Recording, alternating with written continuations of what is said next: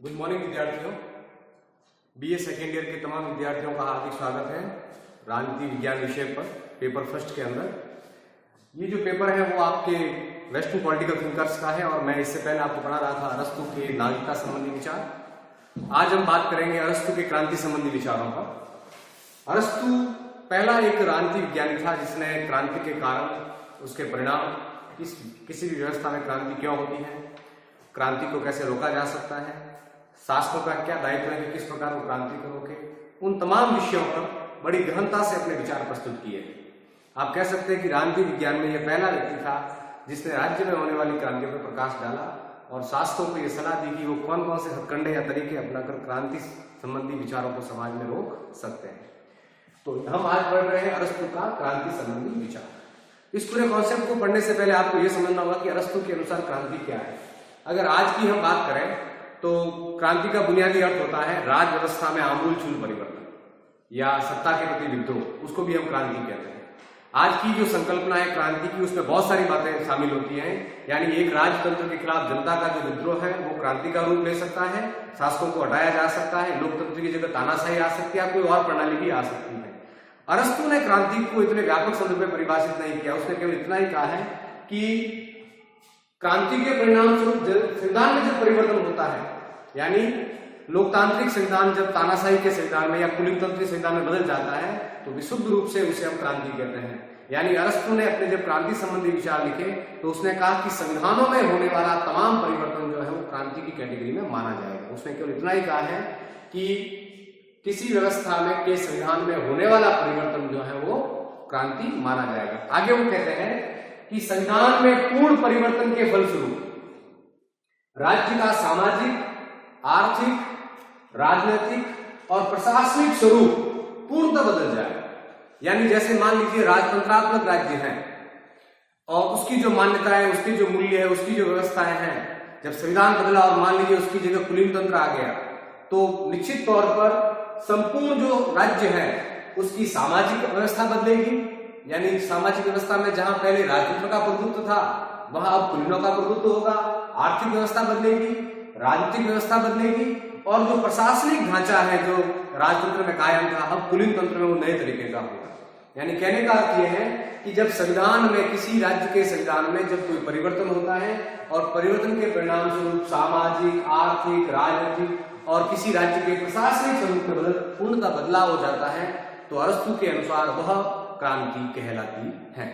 अब अरस्तु ये भी कहते हैं कि क्रांति के प्रकार कितने हैं, यानी एक देश के अंदर कितने प्रकार की क्रांतियां हो सकती है, दुनिया भर में कौन कौन सी क्रांतियां होती हैं। आप ध्यान रखना, अरस्तु ने अपनी पुस्तक द पॉलिटिक्स में इस विचार, ये जो विचार है क्रांति संबंधी विचार, उस पर बहुत ज्यादा प्रकाश डाला है और बाकायदा 159 संविधानों का अध्ययन करके, खास करके तत्कालीन यूनानी समाज में जो संविधान थे उनका अध्ययन करके क्रांति के कारणों की, कितने प्रकार की क्रांतियां होती है, क्रांति को कैसे रोका जा सकता है, और ये सब अध्ययन करने के बाद उसने अपने विचार दिए। यानी उसने बाकायदा विश्लेषणात्मक अध्ययन किया है 159 संविधानों का और उसके बाद दुनिया भर में होने वाली क्रांतियों के कारण और परिणामों पर प्रकाश डाला है। साथ ही वो ये कहते हैं कि दुनिया में कितने प्रकार की क्रांतियां हो सकती हैं। जो नाम उसने गिनाए उसमें पहला है आंशिक या पूर्ण क्रांति।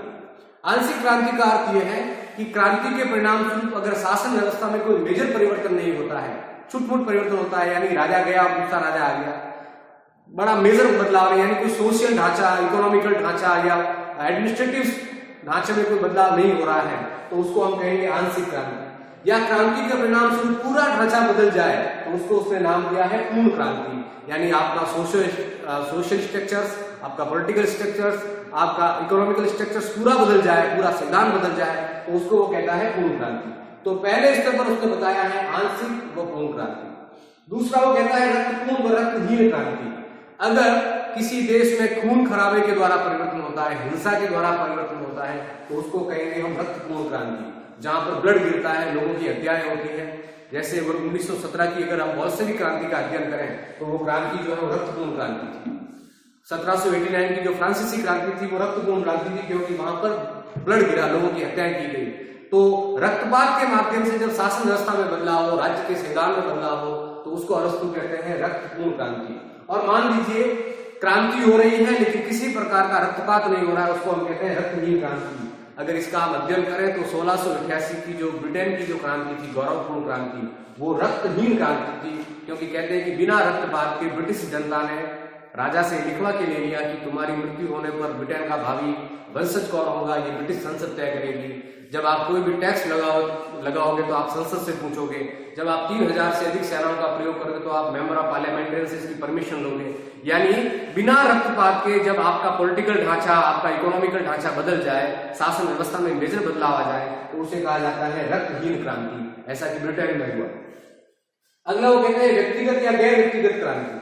व्यक्तिगत क्रांति व्यक्तियों द्वारा की जाती है, जैसे मान लीजिए मैंने अपने निजी स्वार्थों के लिए, या किसी कुलीन ने अपने निजी स्वार्थों के लिए, या मान लीजिए किसी वर्ग ने अपने खुद के मतलब के लिए क्रांति कर दी हो। उसके अंदर क्रांति का बुनियादी उद्देश्य ये होता है कि मुझे मेरा निजी लाभ था इसलिए मैं समाज को बदल रहा हूँ या पॉलिटिकल सिस्टम को बदल रहा हूँ। संपूर्ण जनता से या संपूर्ण जनता उस क्रांति की भागीदार नहीं होती है, तो उसे हम कहते हैं व्यक्तिगत क्रांति। जैसे सैनिक तानाशाह जब कोई क्रांति नहीं करता है तो वो क्रांति व्यक्तिगत होती है, अपने निजी स्वार्थ से प्रेरित होती है। मान लीजिए जर्मनी में अगर मुसोलिनी आते हैं, जर्मनी में अगर मान लीजिए हिटलर आते हैं, इटली में मुसोलिनी आते हैं और वो सत्ता पर काबिज होते हैं, तो वो एक प्रकार से व्यक्तिगत क्रांति थी। और एक गैर व्यक्तिगत यानी कोई समाज को ध्यान में रखकर शासकों से परेशान होकर कि शासक तानाशाही कर रहा है, विषमता बढ़ा रहा है, भेदभाव कर रहा है और संपूर्ण जनता जो ऐसा चाहती है कि बदलाव हो, और वो तब क्रांति होती है, वो कहलाती है गैर व्यक्तिगत क्रांति। इसमें किसी एक व्यक्ति का लाभ नहीं होता है, संपूर्ण समाज का लाभ निहित होता है। अगला है वर्ग विशेष से विरुद्ध क्रांति। मान लीजिए एक वर्ग सत्ता में है, मान लीजिए जैसे अरस्तु कहा करते थे कि जब राजतंत्र होगा तो राजतंत्र को जो है वो निरंकुश तंत्र हटाएगा। निरंकुश तंत्र के जब खिलाफ विद्रोह होगा तो वर्ग तंत्र या मान लीजिए ऑलिगेसी सत्ता में आएगी। तो एक प्रकार से एक वर्ग के विरुद्ध जब कोई क्रांति होती है कि हमें इसको सत्ता से हटाना है, तो वो कहलाती है वर्ग विशेष के विरुद्ध क्रांति। मान लीजिए कुलीनों को हटाने के लिए धनिक तंत्रों ने क्रांति कर दी, या धनिक तंत्रों को हटाने के लिए जनता ने क्रांति कर दी, लोकतांत्रिक क्रांति हो गई। तो जब क्रांति का उद्देश्य किसी वर्ग को सत्ता से बेदखल करना हो, किसी राजा को बेदखल करना हो, तो अरस्तु उसे कहते हैं वर्ग विशेष के विरुद्ध क्रांति। अगला है वाद विरोधी क्रांति। कोई बहादुर व्यक्ति अपने भुजबलों के बल पर, ताकत के बल पर जब सत्ता पर काबिज हो जाता है, राज व्यवस्था पर नियंत्रण स्थापित कर लेता है, तो वो कहलाती है वाद यानी बहादुर व्यक्तियों की क्रांति। कहते हैं कि ये क्रांति रचनात्मक भी हो सकती है और नकारात्मक भी हो सकती है, क्योंकि क्रांति के बाद का समाज कैसा होगा उसका स्वरूप कभी निर्धारित नहीं होता।